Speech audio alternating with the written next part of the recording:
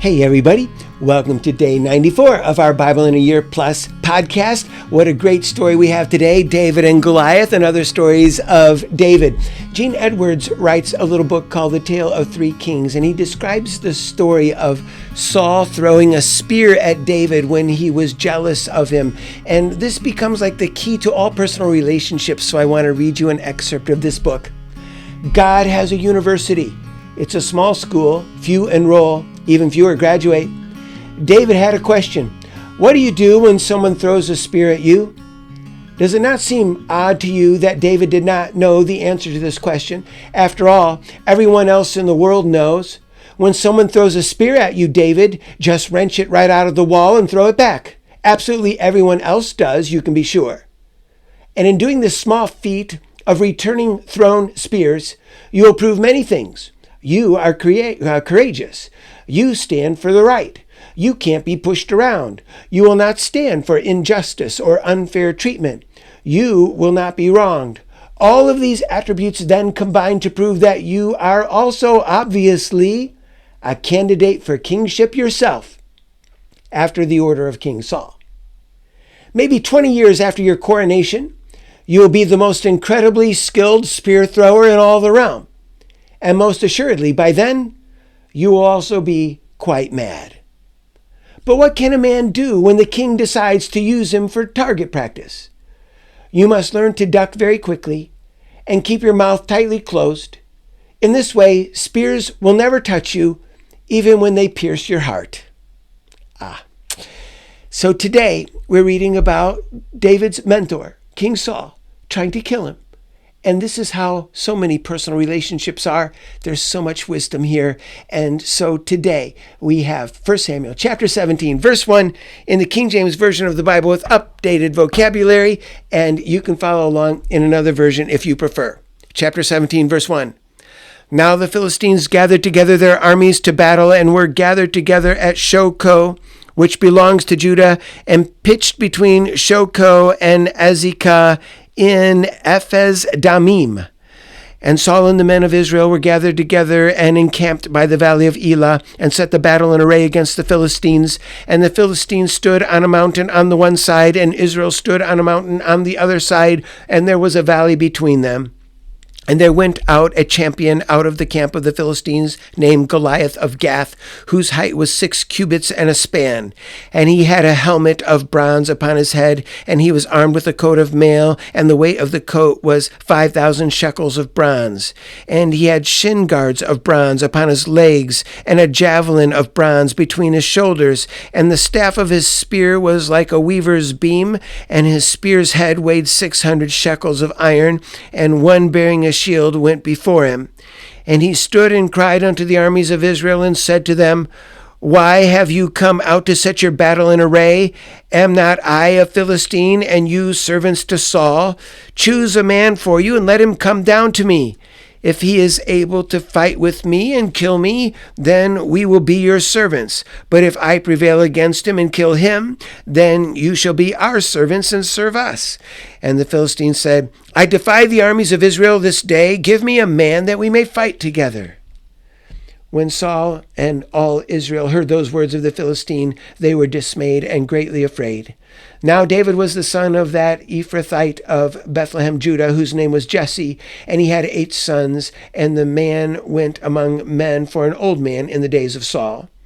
And the 3 oldest sons of Jesse went and followed Saul to the battle, and the names of his 3 sons that went to the battle were Eliab, the firstborn, and next to him Abinadab, and the third Shammah. And David was the youngest, and the 3 eldest followed Saul. But David went and returned from Saul to feed his father's sheep at Bethlehem. And the Philistine drew near morning and evening, and presented himself 40 days. And Jesse said to David his son, Take now for your brothers an ephah of this roasted grain, and these 10 loaves, and run to the camp to your brothers, and carry these 10 cheeses unto the captain of their 1,000, and look how your brethren fare, and take their news. Now Saul and they and all the men of Israel were in the valley of Elah fighting with the Philistines. And David rose up early in the morning and left the sheep with a keeper and took and went as Jesse had commanded him. And he came to the trench as the host was going forth to the fight and shouted for the battle. For Israel and the Philistines had put the battle in array, army against army. And David left his baggage in the hand of the keeper of the baggage and ran into the army and came and greeted his brothers. And as he talked with them, see, there came up the champion, the Philistine of Gath, Goliath by name, out of the armies of the Philistines, and spoke according to the same words, and David heard them. And all the men of Israel, when they saw the man, fled from him and were sorely afraid. And the men of Israel said, have you seen this man that has come up? Surely to defy Israel he has come up. And it shall be that the man who kills him, the king will enrich him with great riches, and will give him his daughter, and make his father's house free in Israel. And David spoke to the men that stood by him, saying, what shall be done to the man who kills this Philistine and takes away the reproach from Israel? For who is this uncircumcised Philistine that he should defy the armies of the living God? And the people answered him after this manner, saying, so it shall be done to the man who kills him. And Eliab, his oldest brother, heard when he spoke to the men.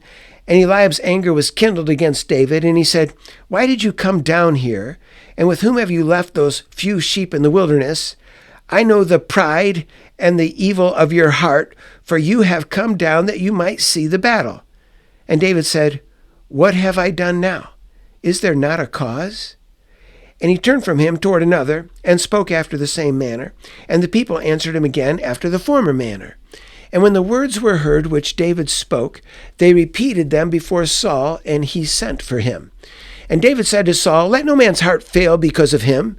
Your servant will go and fight with this Philistine. And Saul said to David, you are not able to go against this Philistine to fight with him, for you are but a youth, and he a man of war from his youth.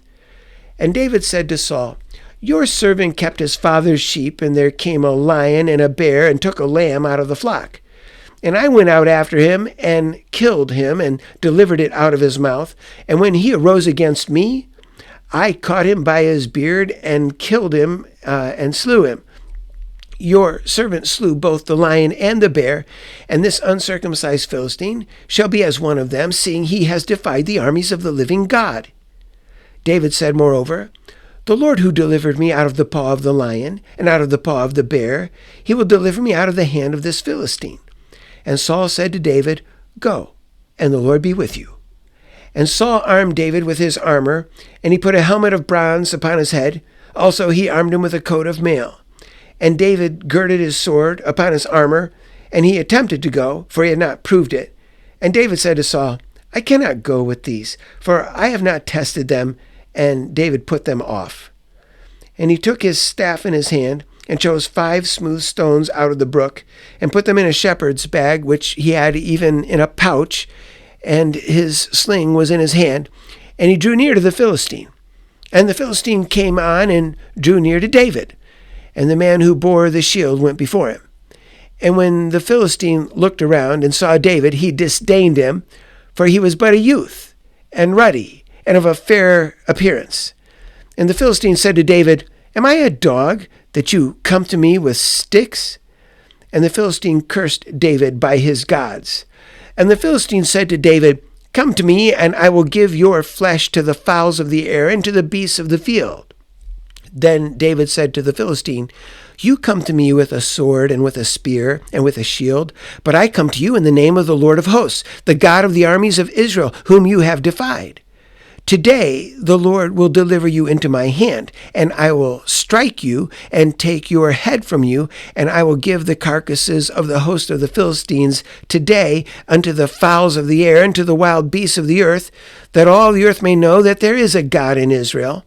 And all this assembly shall know that the Lord saves, not with sword and spear, for the battle is the Lord's, and he will give you into our hands. And it came to pass when the Philistine arose and came and drew near to meet David, that David hurried and ran toward the army to meet the Philistine. And David put his hand in his bag and took from there a stone and slung it and struck the Philistine in his forehead, so that the stone sunk into his forehead, and he fell upon his face to the earth. So David prevailed over the Philistine with a sling and with a stone, and struck the Philistine and killed him, but there was no sword in the hand of David. Therefore David ran and stood upon the Philistine, and took his sword, and drew it out of the sheath of it, and slew him, and cut off his head with it. And when the Philistines saw their champion was dead, they fled. And the men of Israel and Judah arose and shouted and pursued the Philistines until you come to the valley and to the gates of Ekron.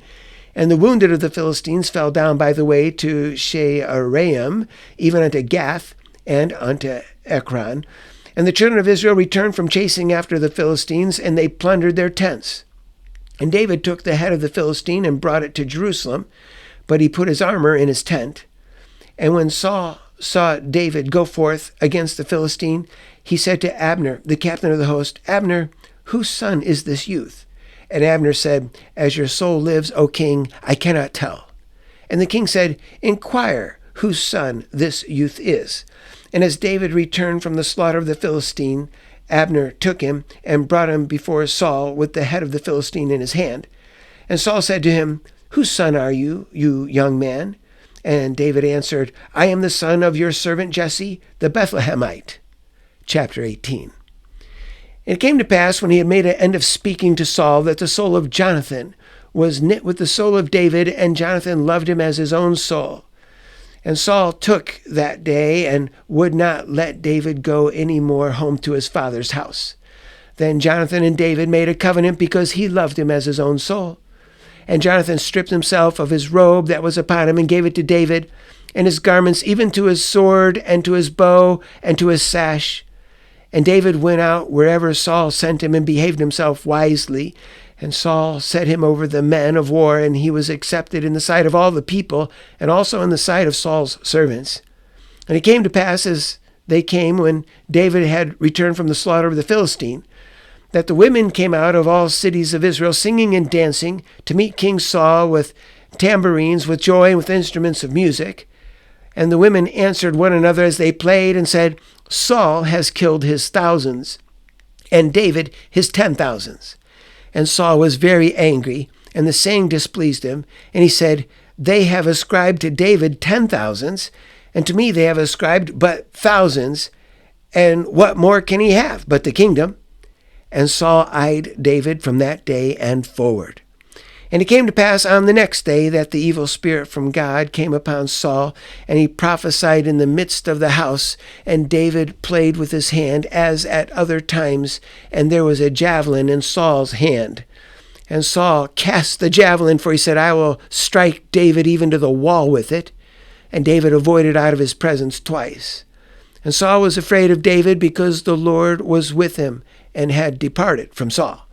Therefore Saul removed him from him, and made him his captain over 1,000. And he went out and came in before the people. And David behaved himself wisely in all his ways, and the Lord was with him.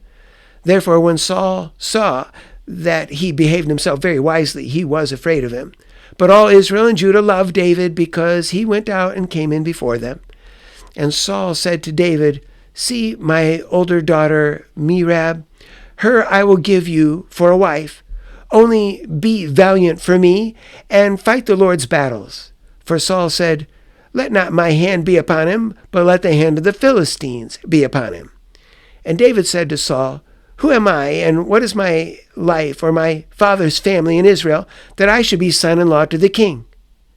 But it came to pass at the time when Merab, Saul's daughter, should have been given to David, that she was given to Adriel, the Meholathite, to be a wife. And Michal, Saul's daughter, loved David, and they told Saul, and the thing pleased him. And Saul said, I will give him her, that she may be a snare to him, and that the hand of the Philistines may be against him. Therefore Saul said to David, You shall this day be my son-in-law in one of the two.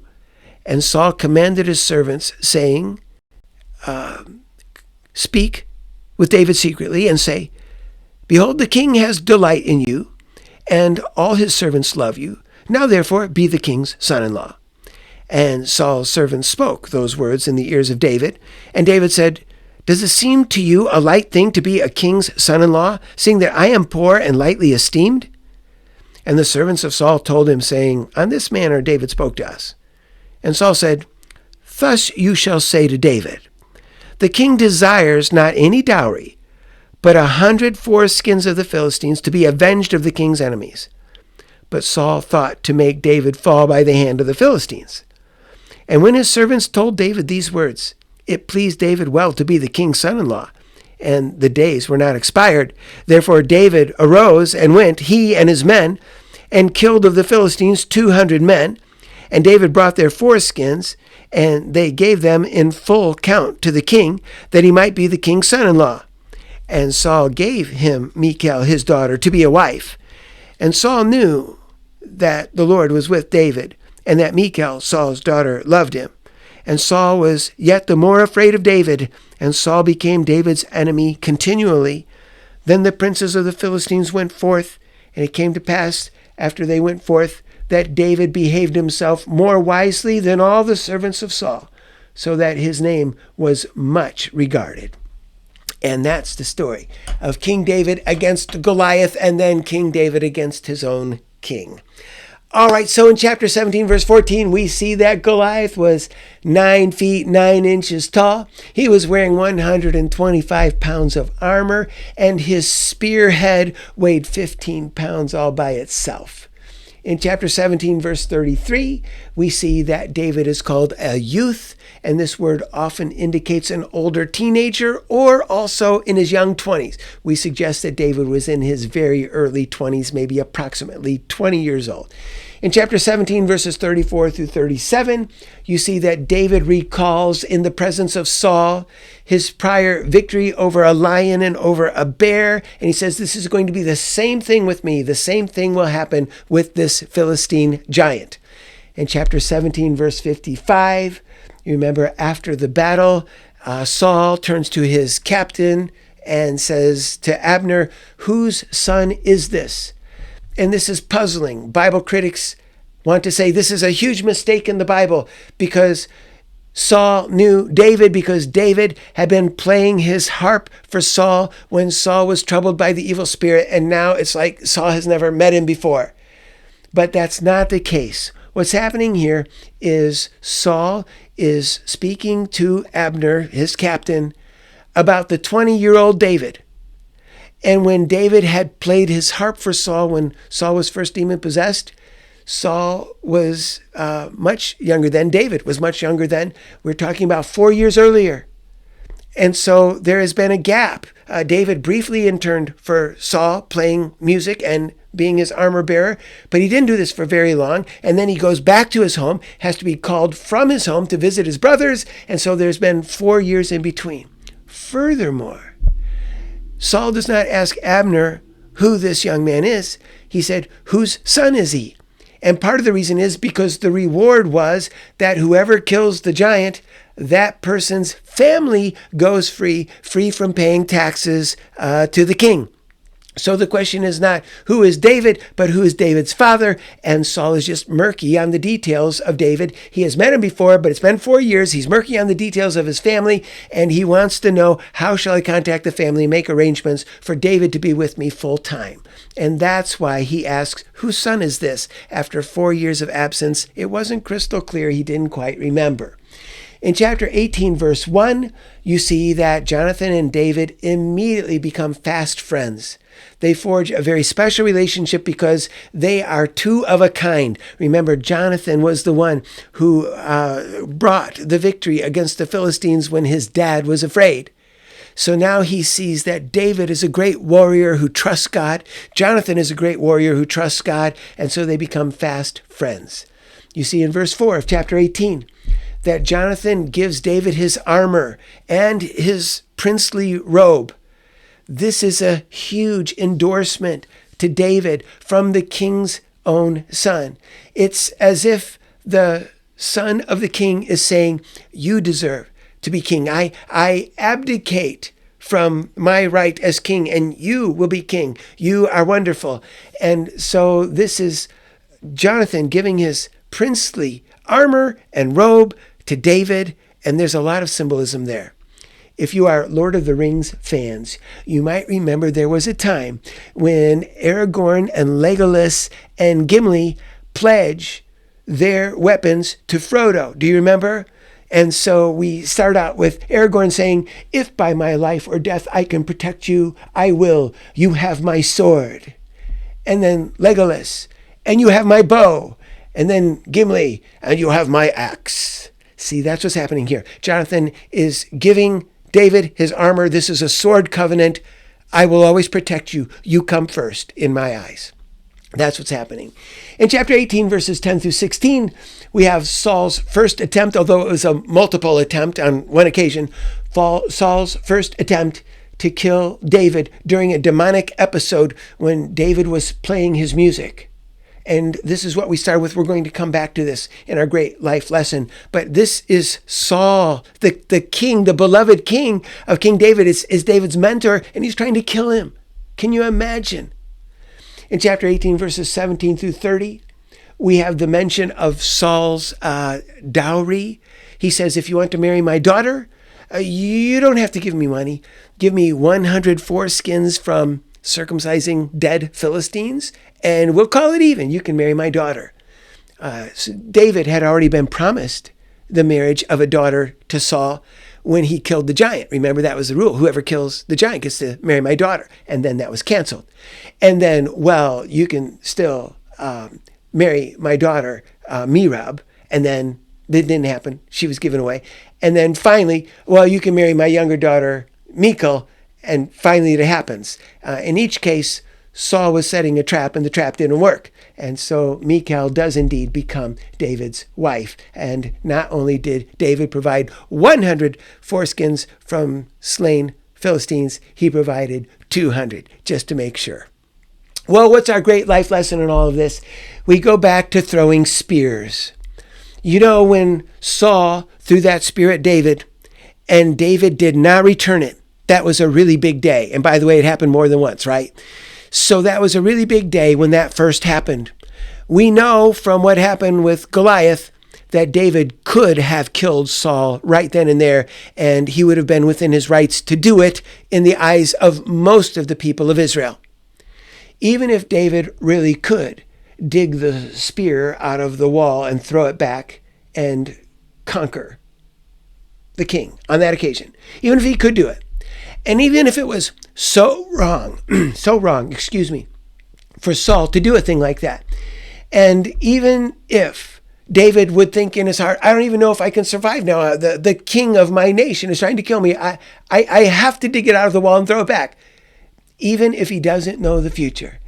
And even if his heart is so broken, Saul, I can't believe you're doing this to me. I'm your most loyal one. In spite of all of those things, if David had thrown the spear back, he would have been that day like Saul. And that's exactly what we don't want him to be. And if we do that, we will be like Saul. But we don't want to be like Saul. We want to be like David. David did not throw the spear back. In your interpersonal relationships, people will throw spears at you, and you will be tempted to throw them back. You cannot do this. You have to be Christian in your response. And Christians don't dig the spears out of the wall and throw them back. You can't do this. And so, of course, that's going to be our prayer today, that we will just leave spears stuck in the wall when people throw them at us and we don't deserve it. We will leave them stuck in the wall. We will not throw them back. We'll let God handle the situation. So I hope you'll pray in your heart as I pray out loud, okay? Father God, we know that people will always throw spears at us, and it's so unfair, and it hurts our feelings, and we could get back at them. But I pray that you'll take all of those thoughts completely out of our hearts, and that when somebody throws a spear at us today or next time, we will just keep our mouths closed. We will commit our safety, our security to you, and allow you to lead in the situation, and that we won't return the spear. This is our prayer in Jesus' name. Amen. Well, okay, God bless you. Thank you for joining me for day 94 of our Bible in a Year Plus podcast, and I sure hope I get to see you for day 95. Bye-bye for now.